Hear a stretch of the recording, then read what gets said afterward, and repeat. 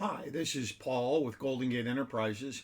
You're looking at a lovely picture of an open ceiling, and this is the P-trap. This is kind of the drain contraption below a shower stall up above. And unfortunately, what's been happening here is all around the drain assembly, it's been leaking for a long time. You can see it up here, and all the water has come down, and it keeps dripping down into the kitchen below. Unfortunately, and you can see staining around here. Unfortunately, the only way to get to this drain assembly is to go ahead up in the shower stall and take the bottom tile shower stall apart. And at that point, you've broken the waterproof membrane. And unfortunately, you're pretty much into doing not only the shower pan and the bottom floor, but the walls, because it's all tied together. So these things, unfortunately, turn into a bad situation.